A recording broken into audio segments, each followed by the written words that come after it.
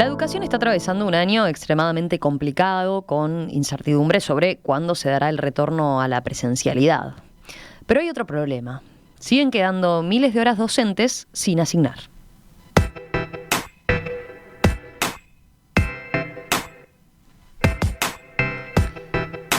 Desde el Codicen aseguran que se trata solo del entorno del 1%, pero el senador frente amplista José Carlos Maía puso el tema sobre la mesa en su cuenta de Twitter en estos últimos días.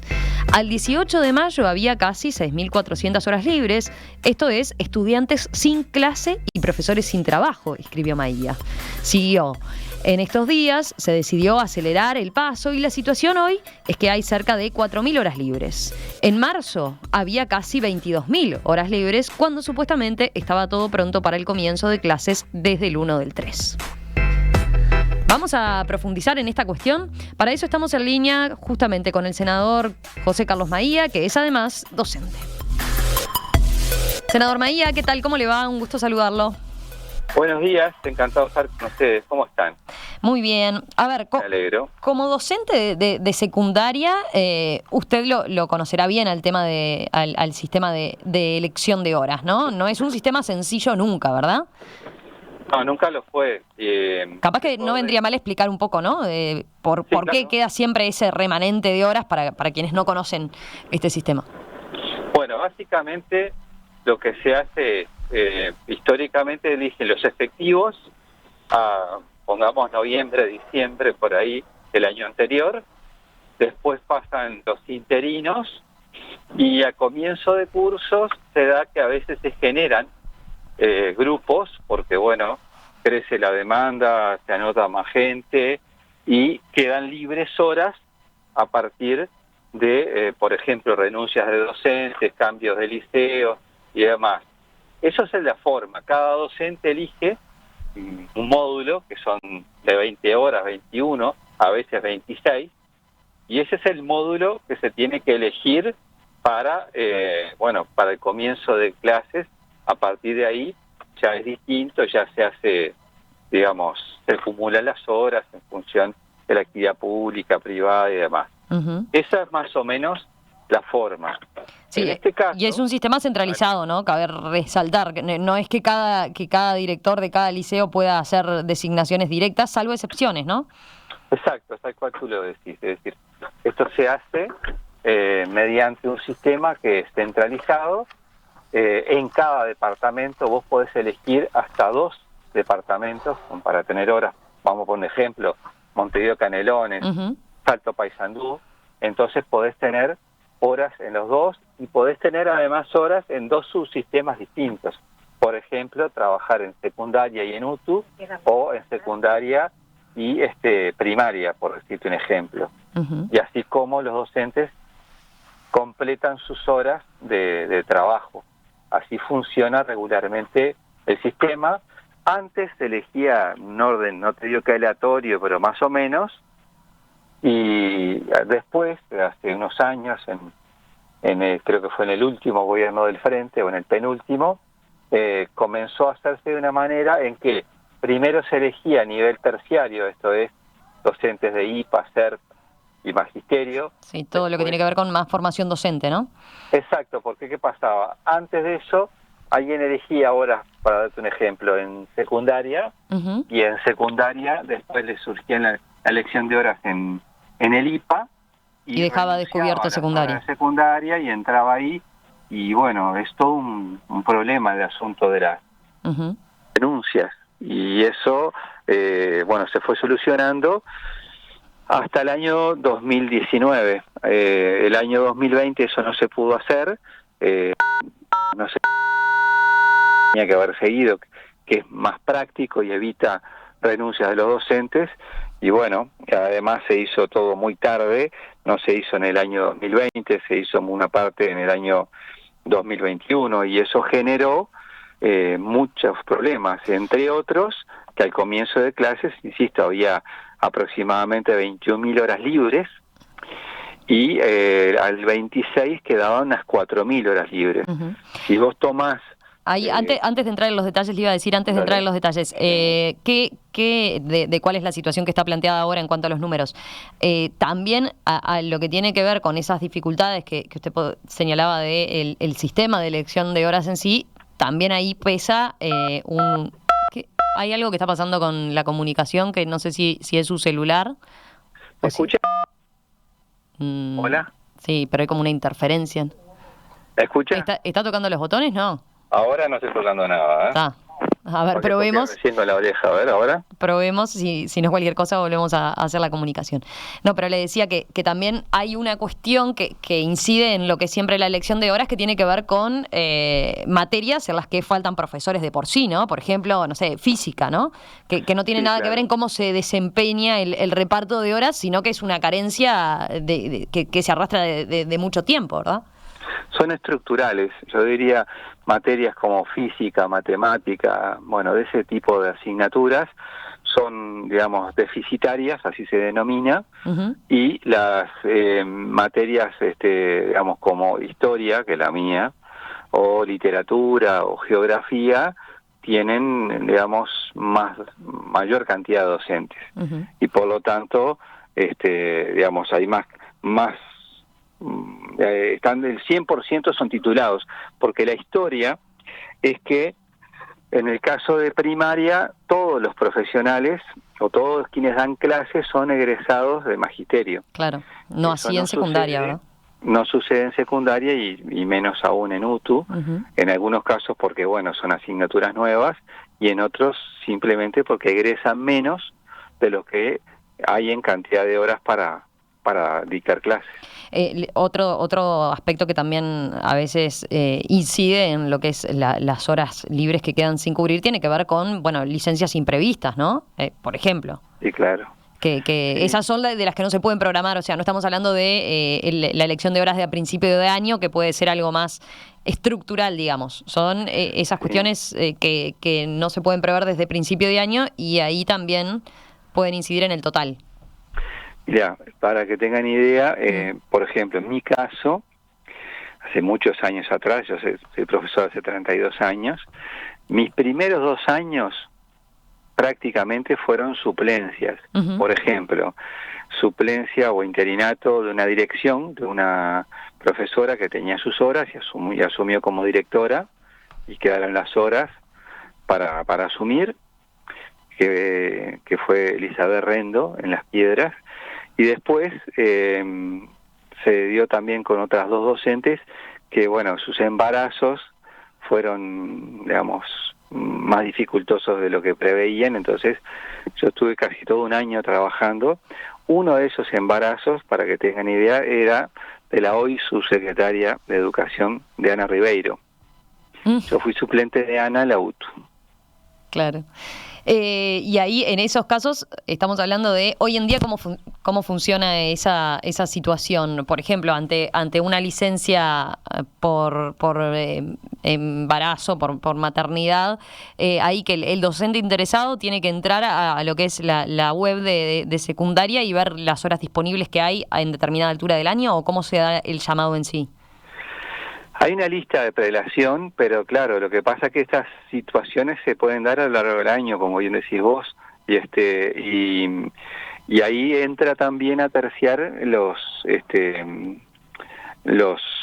directores del liceo, que se tienen que mover, las inspecciones y demás, pero ya es marginal eso, ¿no? O sea, siendo importante, siempre lo es, el grueso se tiene que despejar, yo diría el año anterior, y a más tardar febrero, entre otras cosas porque te permite planificar el año educativo, ¿no? Para vos estudiar, sí, entre otras cosas, sí, saber en qué centro va a estar uno, qué grado va a tener, ¿no? Claro, dónde vas a trabajar, ahora, en qué asignaturas, qué horario, qué nivel, todo. Sí. Ahora, el tema en sí de las horas docentes es un problema endémico, ¿no? Que el Frente Amplio tampoco había logrado resolverlo. A ver, desde que uno, si hace memoria años para atrás, siempre fue un tema de principio de año, ¿no? Y siempre, si uno va a los últimos gobiernos del Frente Amplio, la oposición remarcaba que faltaban horas por asignar, ¿no? Y que había, por lo tanto, chiquilines que no tenían horas docentes, que estaban perdiendo clase, efectivamente, ¿no?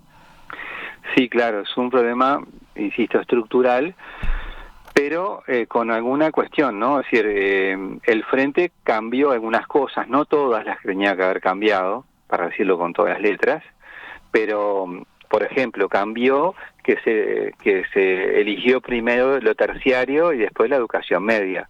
Eso, digamos, mejoró bastante.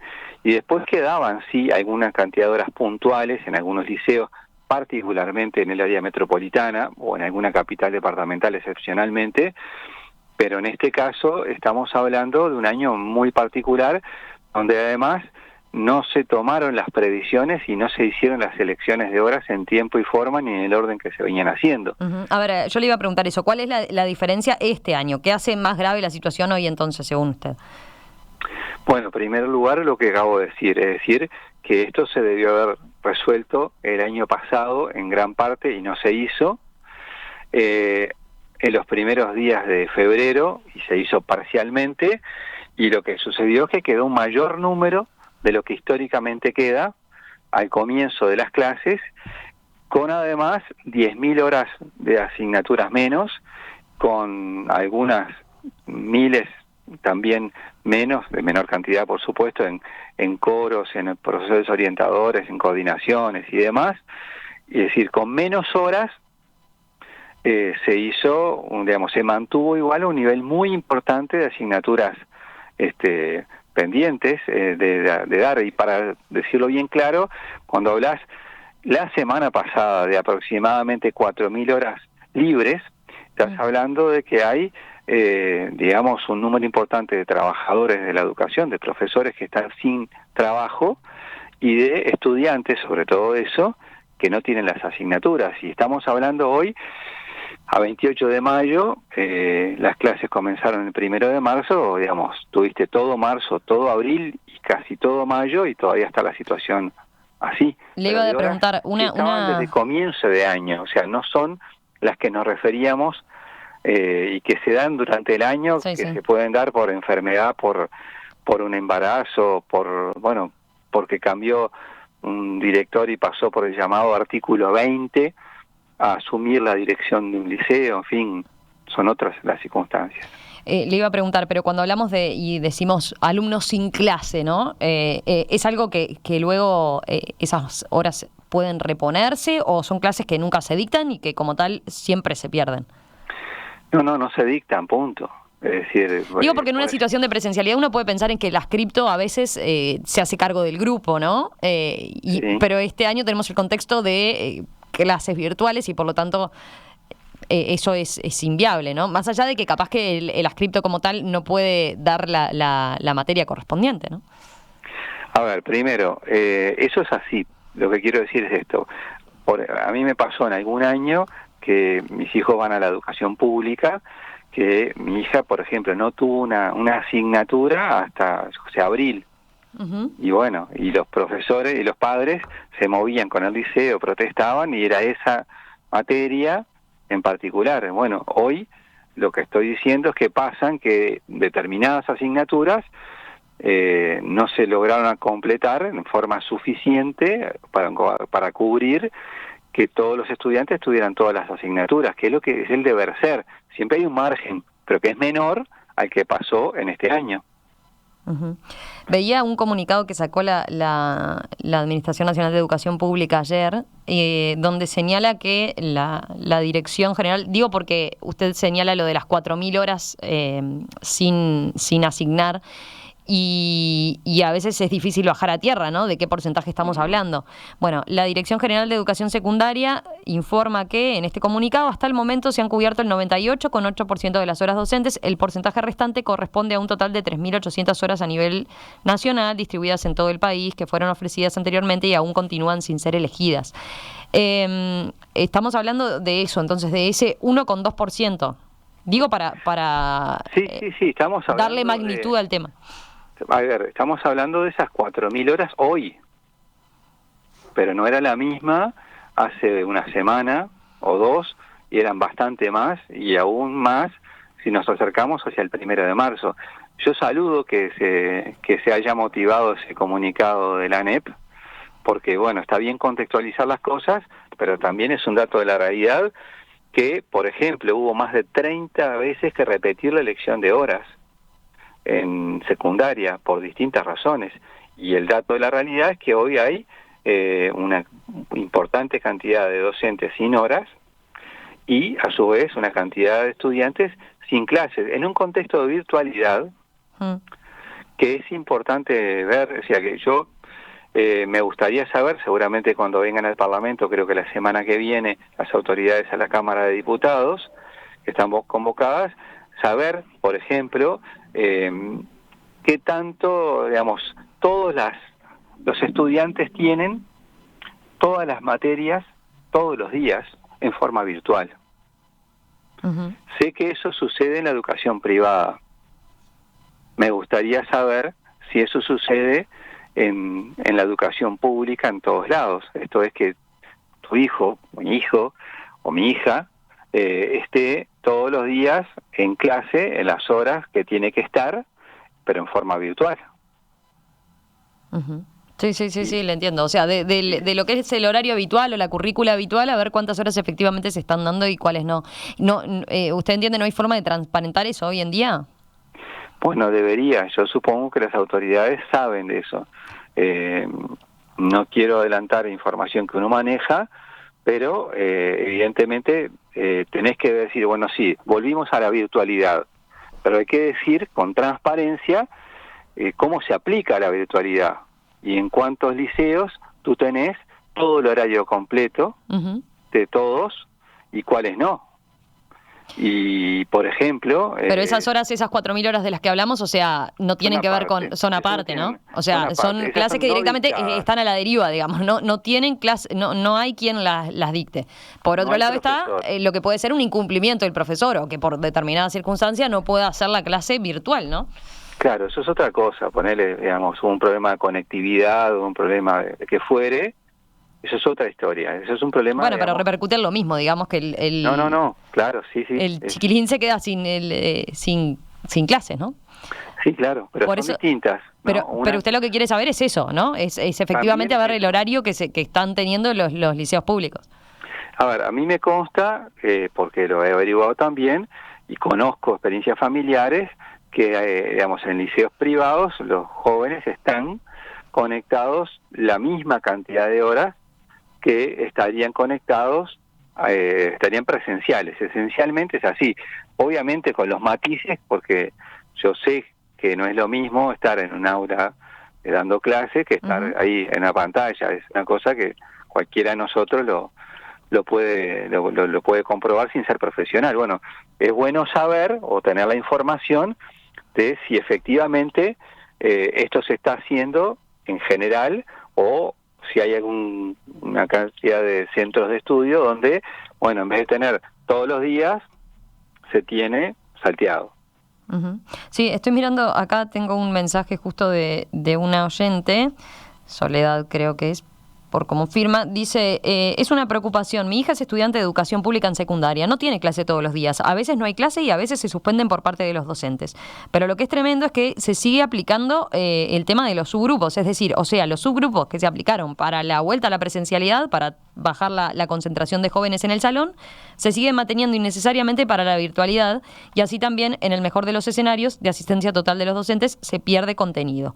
La brecha entre estudiantes de educación privada y pública es, a esta altura, un océano, dice.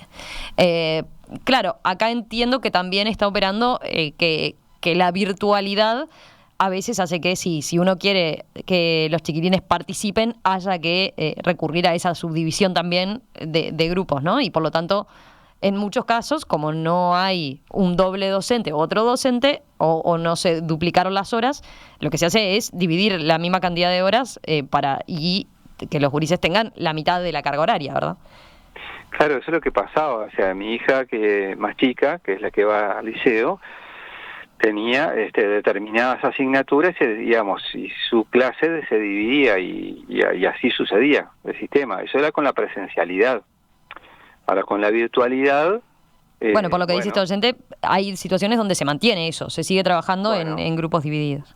Por eso yo le decía, y si se conectan padres, verá que esa situación es bastante más extendida de lo que se piensa, porque cuando se dice tenemos virtualidad, bueno, hay que explicar y decir exactamente cómo se está aplicando la virtualidad.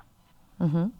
Y a ver, digamos, qué brecha existe o se está generando también en este campo. Sí, ahí es difícil también, ¿no? De tener una evaluación completa porque, como vemos, es cada situación y tiene mil particularidades, ¿no? Desde cómo resolvió cada centro educativo ajustarse a esas clases virtuales hasta las propias dinámicas de las clases, ¿no? Estoy pensando, hay muchos colegios privados que tampoco tienen la misma carga horaria porque tuvieron que hacer lo mismo, ¿no? Dividir el grupo en dos para poder trabajar más fácilmente, ¿no? Ahí hasta capaz que no es un tema de cómo está incidiendo. Capaz que hay centros educativos en el ámbito privado que efectivamente cuentan con más recursos como para contratar a otro docente. Pero digo, la casuística es enorme, ¿no? A la hora Sí, claro. de poder comparar y tener números reales. Pero bueno, ¿no? Lo lógico es que nuestros hijos tengan clases todos los días. Porque la lógica de la subdivisión tenía que ver con un tema de contagio, ¿verdad?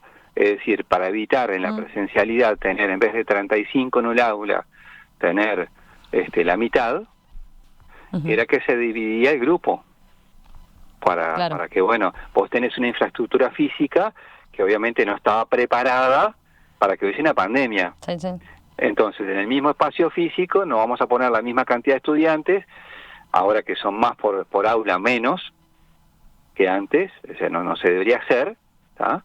Entonces, ¿qué hago? Está bien, en la presencialidad yo lo divido para priorizar el aspecto sanitario, esto es, evitar los contagios. Pero cuando hablamos de virtualidad, lo que debería ser es que vos tuvieras todas las asignaturas todos los días. Sí, ahí hay quien le puede decir, bueno, también es un año tan particular para la educación como tal, ¿no?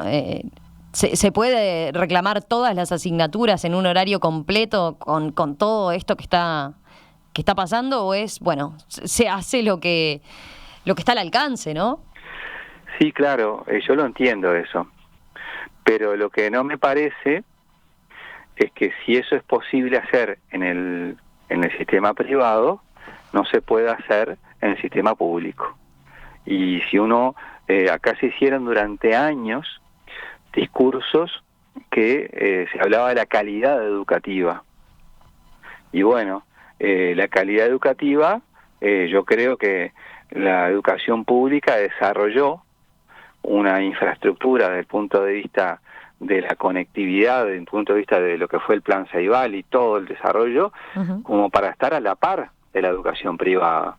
Entonces, lo que uno aspira, básicamente, es tener la igualdad de oportunidades y que el que vaya uno a la educación pública o privada es una opción absolutamente respetable, pero que sea como una opción en la mayor paridad de condiciones posible. Y yo creo que esos son posibles. Lo que es bueno, transparentar cuál es la situación de verdad. Si efectivamente la situación es igual o hay situaciones distintas y por qué lo son. Estaba viendo a través de algunas inquietudes que nos llegaban también, claro, es cierto que esto que usted señalaba, ¿no? Cuando se dividen los subgrupos y los chiquilines al final ahora virtualmente tienen la mitad, es cierto que también hay tarea que no se hace de forma que se hace de forma sincrónica, ¿no? Hay tarea para hacer de forma que no se pierda todo ese contenido, que no se pierda todo ese aprendizaje, ¿no? También se ha apelado a eso, Sí. digo, como alternativa, como herramienta. Eso, por ejemplo, apunta Carla, dice, es decir, no se puede medir solo por la cantidad de horas que están por Zoom, ¿no? Las otras tareas Carla. También por su grupo, foros y foros autónomos, dice ella, son parte de la clase. No es lo mismo medir horas de presencialidad que de virtualidad, aclara, ¿no? Carla tiene razón. Lo que digo es que, digamos, lo que quiero es que eso quede absolutamente transparentado y que quede absolutamente claro y que, digamos, dentro de un contexto que todos sabemos que es muy complejo y que se está, digamos, haciendo en condiciones precarias con respecto a lo que es habitualmente y que el Uruguay tiene la ventaja comparativa de haber tenido una experiencia de desarrollo de plataforma informática como muy pocos países tienen en la región, bueno, que la educación pública tenga la mejor calidad posible y que tenga ese mismo sistema que se aplica en lo privado, porque lo que dice Carla, insisto, con razón, aplica también para el sistema privado. Es decir, aplica para tener la mejor calidad de clases, y tener la mejor calidad de clases es natural que no es una regla directa en el sentido que, bueno, tantas horas estoy frente a la pantalla y tengo que estar sí o sí 5, 4, 6 horas. Existen alternativas, pero lo que tenemos que tener claro es que las alternativas funcionen y funcionen bien. Por lo visto, sí, la cantidad de situaciones que nos están llegando son impresionantes y variadas, ¿no? Por eso que decíamos, ¿no? Cada centro también ha adoptado distintos caminos, distintas estrategias. Luisa de Aguas Dulces dice: la semana pasada fui al liceo al que concurre mi hija, con esa inquietud, estimo que es lo mismo que usted está planteando, ¿no? Escasas conferencias, dice ella, faltas virtuales de los profesores. ¿Y con qué se encontró? El subdirector, dice, me contestó que no hay ninguna ordenanza que obligue a los profesores a dar clases virtuales, que ellos como equipo de dirección están remando con 2 palos por todos esos motivos que el entrevistado está diciendo, dice. Salí peor de lo que entré, apunta ella por su inquietud, ¿no? En fin, como verán, es un tema muy profundo, que uno lo que hace es ponerlo en la opinión pública y en conocimiento de la sociedad, porque es algo que están viviendo la sociedad uruguaya hoy, nuestras familias, y que tampoco debemos naturalizar.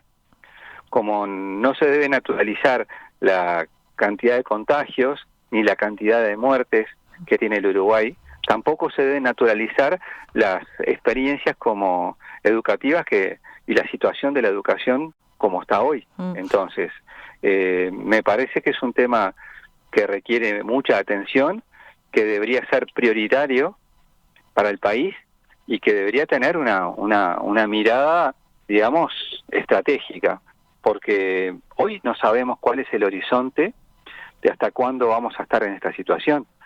Y los días pasan y tendrían que verse, insisto, en términos estratégicos, este tipo de situaciones en la densidad de la problemática que significa.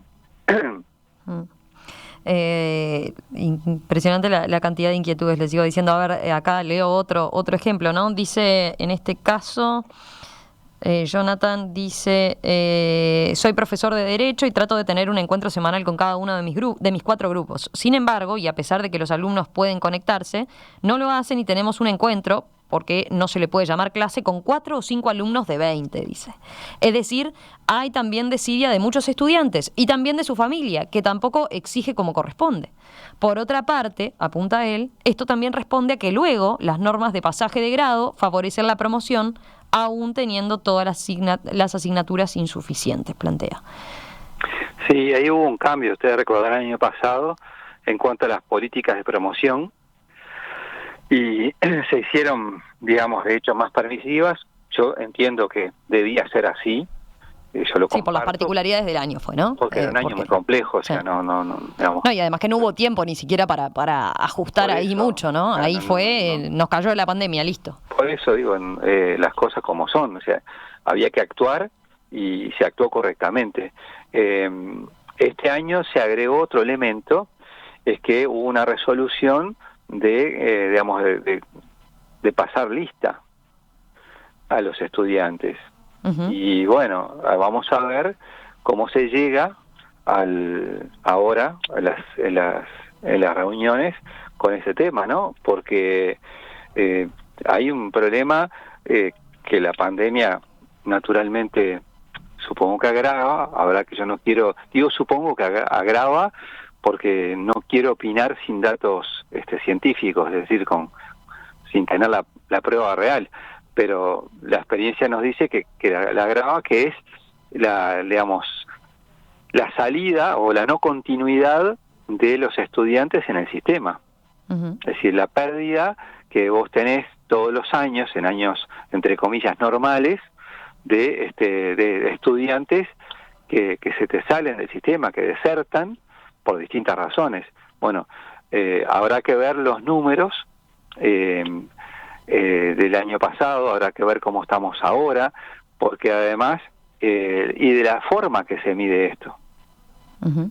Porque ¿Esto usted eso es muy lo importante. pretende aclarar entonces en esa comparecencia de las autoridades de la educación en la próxima semana? Sí, mis compañeros de la Cámara de Diputados ya lo tienen previsto esto, y seguramente va a ser parte del análisis, pero me parece... Pero ya está comprometida la presencia de las autoridades de la ANEP.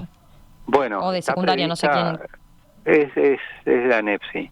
Uh-huh. Está prevista, la verdad no tengo la fecha, porque esto, como va a suceder en la Cámara de Diputados, Claro. no le podría decir la fecha ahora que estamos hablando, pero es un tema de una densidad muy importante, porque, insisto, hay cosas que habrá que ver cómo se miden para ver qué resultados tenemos, en el sentido constructivo de las cosas, ¿verdad?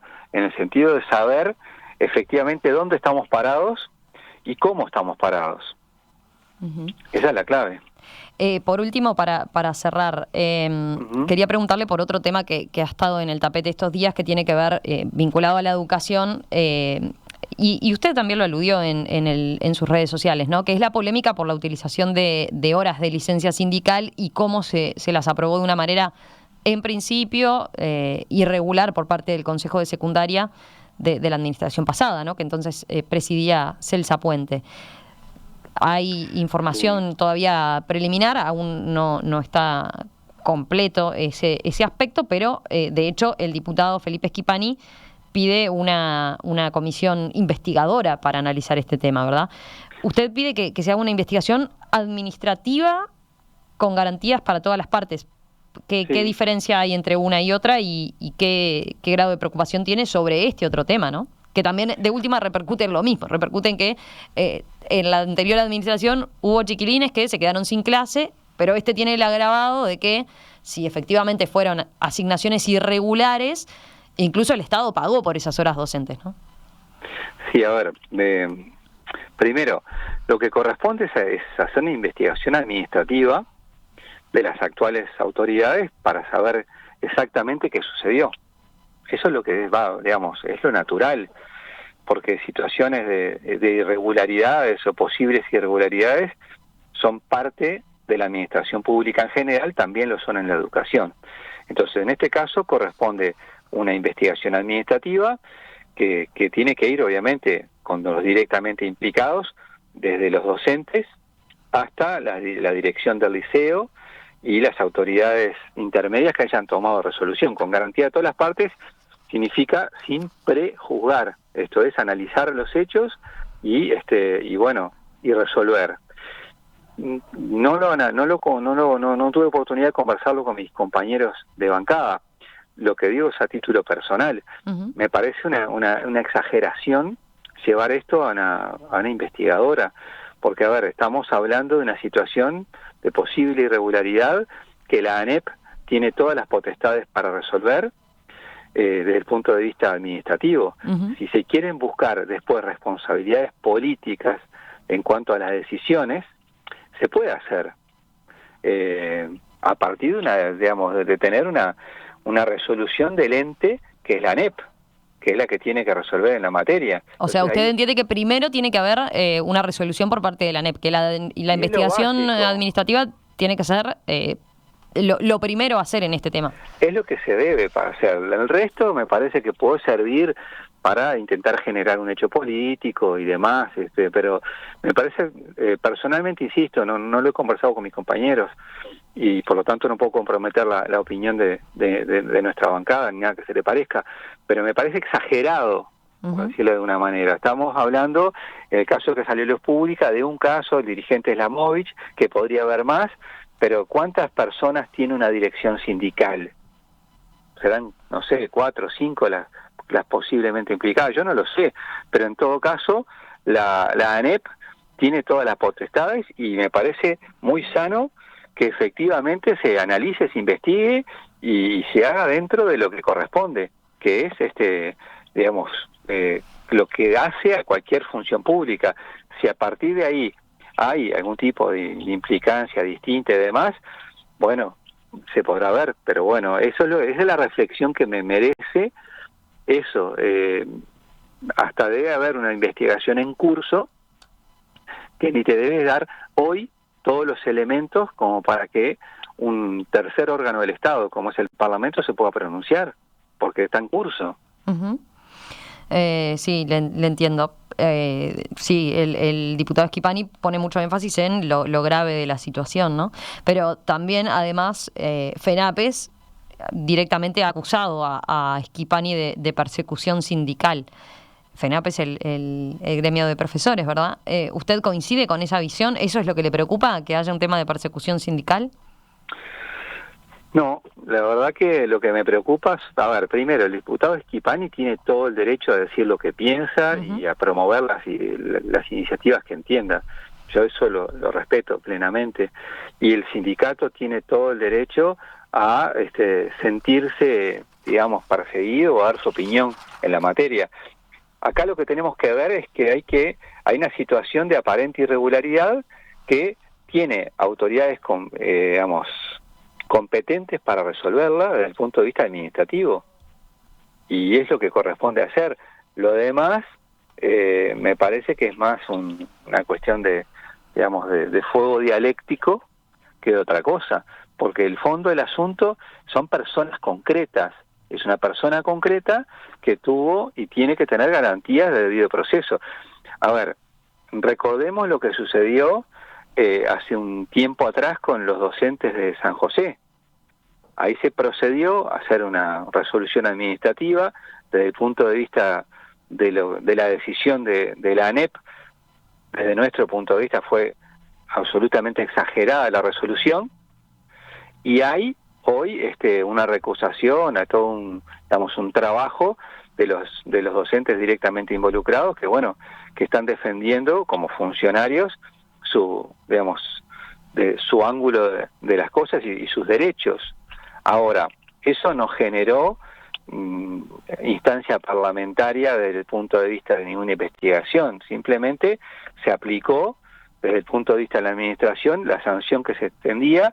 Insisto, para nosotros era exagerada, pero hay formas de recurrir a las mismas, y las formas están dentro de la ANEP, y creo que el riesgo de estas cosas es llevarlo a un escenario político partidario y no que se resuelva en el ámbito natural, y el ámbito natural es el de la propia administración pública, en este caso en la educación.